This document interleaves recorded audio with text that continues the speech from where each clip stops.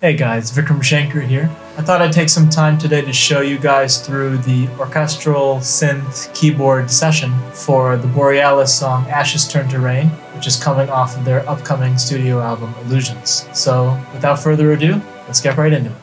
So here we have the Logic Pro session for Ashes Turn to Rain. A couple notes before we get any further. The audio you're going to be hearing here is technically unmixed. This is before they finished the final mixed version of the song. So it won't sound the exact same as the studio version, but it will sound quite similar. Secondly, I'm not going to be talking about the opening track, which you hear as part of the music video for the song, because the opening track is basically an orchestral track already.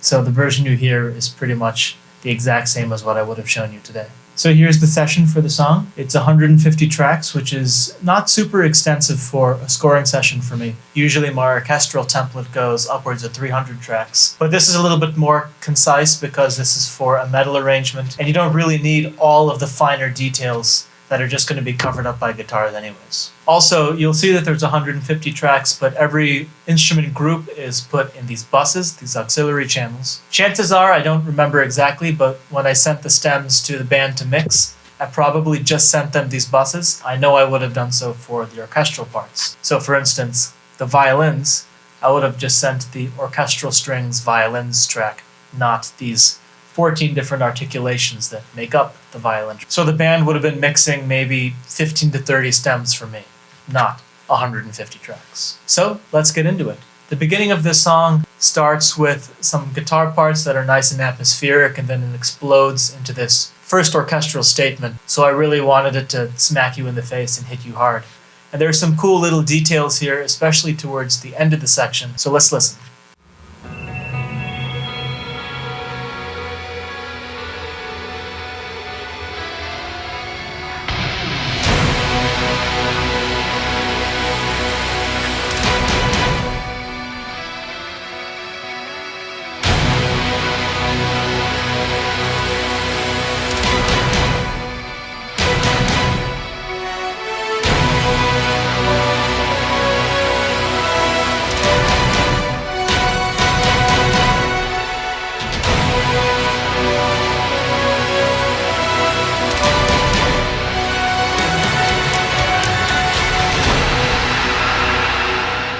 Let's listen to that part just with the orchestra, especially the second half here.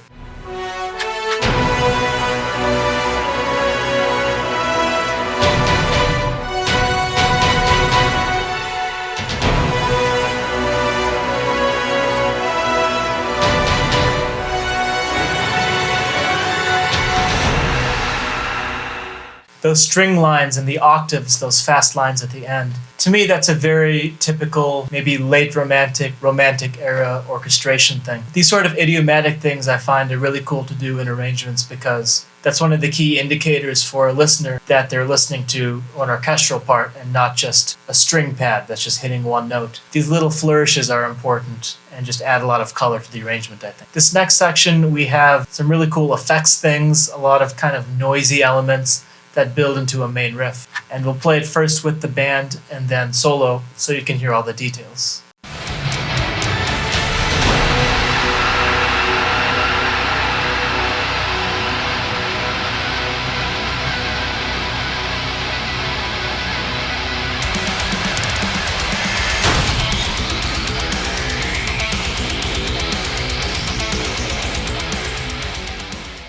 Alright, so there's actually a lot going on here, although there's pretty much no orchestra in this section. This section has a lot of these tension-building risers that explode into a main riff on the guitar, which is doubled with these synths, the appropriately titled riffer tracks. And one of them actually is a synth run into archetype nollie, so a guitar amplifier, which gives this really nice gritty Mick Gordon sort of character to the sounds.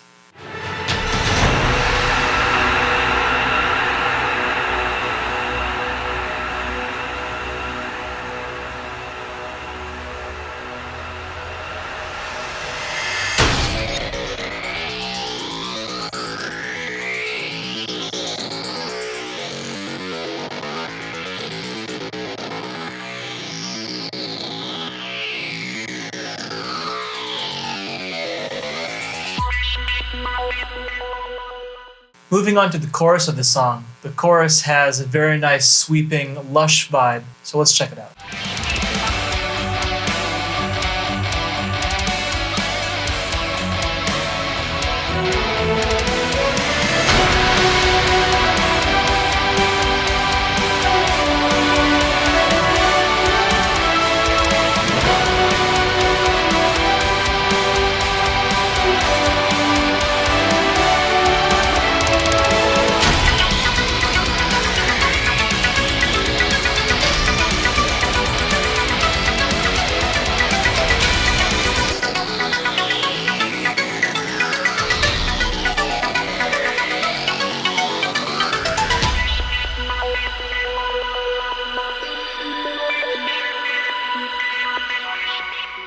Now the second chorus is very similar to the first chorus. One difference is that I add a slightly more active string part, and this is one way I like to build tension in subsequent choruses of a song, is to add a little bit more activity in the strings, especially the high strings.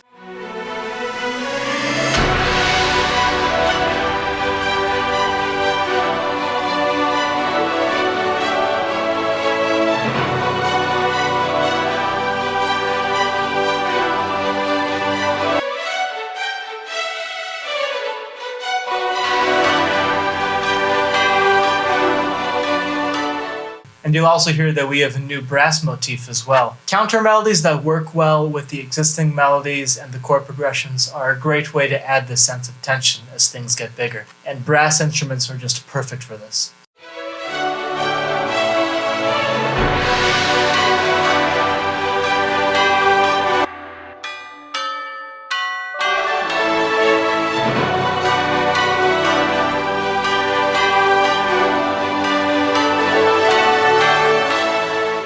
There's just something about tubular bells. I don't really know what it is, but I find that doubling tubular bells and brass just gives this huge sound. It's like the brass provides the emotional content that your heart really pays attention to, but the tubular bells add this kind of accentuation to make sure you hear every note, which just sounds huge. This next section, the bridge of the song, kind of has these choral hits and a lot of busy activity in the orchestra, as well as the percussion parts. This is kind of the most intense part of the song, so I really wanted it to hit hard.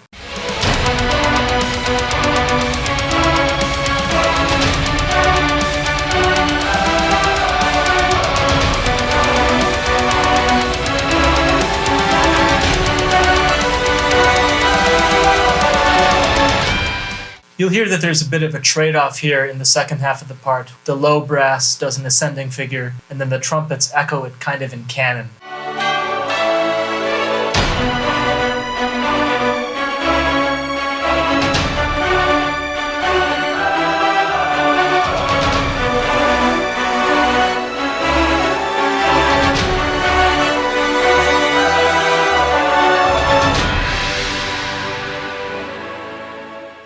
Now this solo section is the part where I could have just held out chords, and essentially that's what I do. This is all about supporting the guitar solo. But I like adding some subtle elements of melodicism in there. If you pay attention to the top voice, which is usually the violins, you can hear this little counter melody. These counter melodies are really cool because I think listeners hear these, maybe subconsciously. They hear this element of motion, and they hear these little melodies that makes things feel a little bit more emotional than just hearing chords.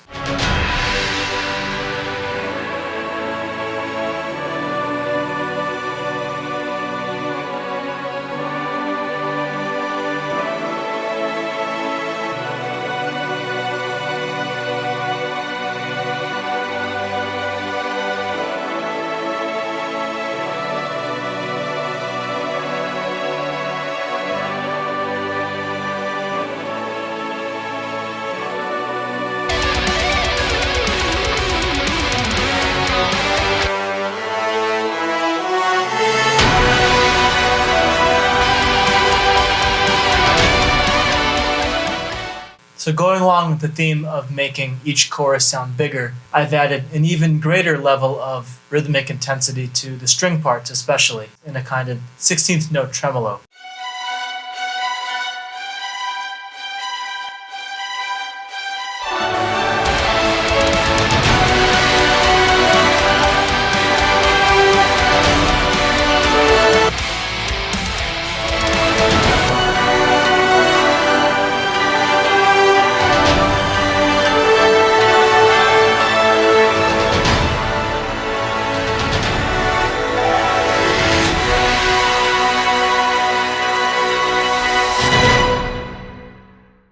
me, orchestrating is all about finding the emotional essence of the song and amplifying that. One thing I love about working with Borealis is that there is a lot of emotional intensity going on. This is emotional music, this is meaningful music.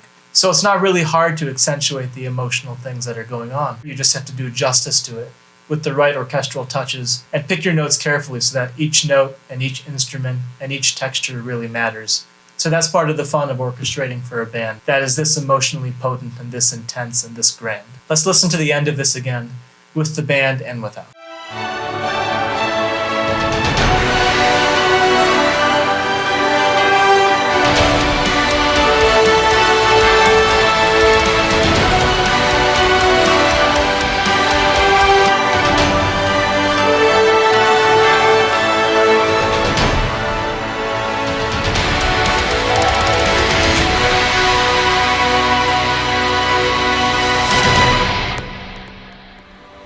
So I hope you guys enjoyed this little view behind the curtain to look at some of the inner workings of the song Ashes Turn to Rain. I've really enjoyed working on this whole Illusions album with the Borealis guys. It's a huge honor, and I really think that this album is one of the best examples of this style that you're going to hear this year. So make sure to check out the full album Illusions when it comes out on, I think, October 7th.